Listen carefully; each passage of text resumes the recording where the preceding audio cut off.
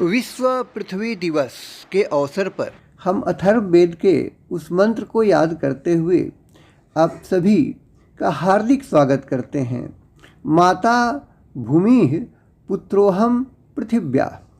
हम सब इस धरती माता के पुत्र हैं और पशु पक्षी हैं, पेड़ पौधे हैं, सब इन्हीं के कारण जो है सबका संरक्षण हो रहा है, सबका पोषण हो रहा है। तो हमारा भी फर्ज है कि हम इस पृथ्वी की रक्षा करें जहाँ तक संभव हो। कैसे करें?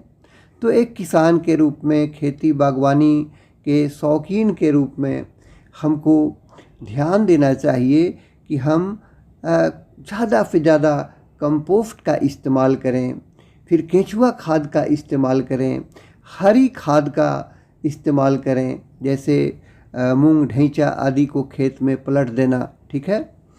इसके अलावा जो सरसों, अंडी इत्यादि की खल्ली है, नीम की खल्ली है, उसका प्रयोग करें। जो जैव उर्वरक है जैसे पीएसबी, एजोटोबैक्टर, राइजोबियम वगैरह, उसका इस्तेमाल करें। ठीक है।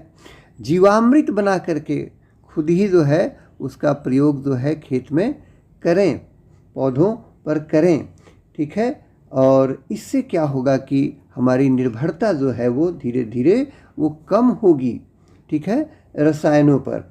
इसके अलावा दलहन की खेती पर ज़रूर ध्यान दें। ठीक है। और कभी सैलो यानी छिछले जड़ वाली फसल को लिया, उथले जड़ वाली को, तो कभी गहरे जड़ वाली फसल को ले लिया। ठीक है। यानी अदल बदल करके एक खेत में आप जो है फसलों को लगावें, यानी क्रॉप रोटेशन, फसल चक्र जो है उसको अपनाएं। ठीक है। और मिट्टी के संरक्षण के लिए जो भी उपलब्ध साधन हैं उसको अपनाएं। जो पारंपरिक जो बुद्धिमानी थी हमारे पूर्वजों की, उसको अपनाएं, और जो नए तकनीक हो सकते हैं उनको भी अपनाएं। ठीक है। इसके अलावा आप जो है कम पानी पीने वाले पौधों की भरसक जो है खेती करें। अभी तो इतनी गर्मी पड़ने लगी है इसी माह में, और आगे जो है और कड़ाके की गर्मी पड़ने की संभावना है। तो मौसम की स्थिति को देखते हुए सचेत रहें। कोशिश करें कि फसलों के क्रिटिकल स्टेज की जानकारी आपको हो, उसी अवस्था में पानी जो है उसको दें, और उस अवस्था में ज़रूर दें। ठीक है। मल्चिंग यानी झापा लगाना जिसको कहते हैं, उसका इस्तेमाल करें। ठीक है। कोशिश करें कि जैविक खेती जो है उस पर भी बल दें। ठीक है। अब आती है बात, मजबूरी हो जाती है कि केमिकल पेस्टिसाइड का इस्तेमाल फसलों की सुरक्षा के लिए खास करके कीट व्याधियों से करना पड़ता है। तो उस परिस्थिति में क्या करें? तो बीजामृत का प्रयोग करें, नीमास्त्र का प्रयोग करें, आग्नेयास्त्र का प्रयोग करें, दसपर्णी, बटर मिल्क इत्यादि, ये सब खुद तैयार करके इसको आप जो है पौधों पे डालें। लहसुन, मिर्ची, तंबाकू इत्यादि का प्रयोग करें, पंचगव्य का प्रयोग करें। ठीक है। और जो बोटेनिकल्स कहने का मतलब पेड़ पौधों से जो निकाले हुए पेस्टिसाइड हो सकते हैं, ठीक है, उसका इस्तेमाल करें।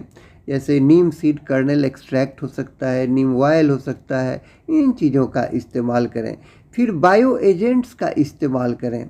ठीक है। समेकित कीट व्याधि अप्रोच को अपनाएं, और जैसे बैफिलस थुरिंजेंसिस हुआ, ट्राइकोडर्मा, बुवेरिया बैसियाना, मेटारिजियम एनासोप्ली, इन चीज़ों का प्रयोग करें। ठीक है। फिर जो है ट्रैप क्रॉप लगाएं। ठीक है। ट्रैप क्रॉप से क्या होगा कि आपको पेस्टिसाइड का प्रयोग जो है ना वो कम करना पड़ेगा। ट्रैप क्रॉप उसे कहते हैं जो मुख्य फसल पर जाने के पहले कीड़ों को अपनी ओर ही आकर्षित कर ले। जैसे टमाटर में आपने देखा होगा गेंदा लगाना, मिर्च में भी लोग लगाते हैं। इसी तरह से सब्जियों के किनारे मक्का लगाते हैं। ठीक है। और मस्टर्ड लगाते हैं। फिर यही टमाटर में धनिया को भी ट्रैप क्रॉप के रूप में लगाते हैं। तो इन चीज़ों को जो है वो अपनाएं।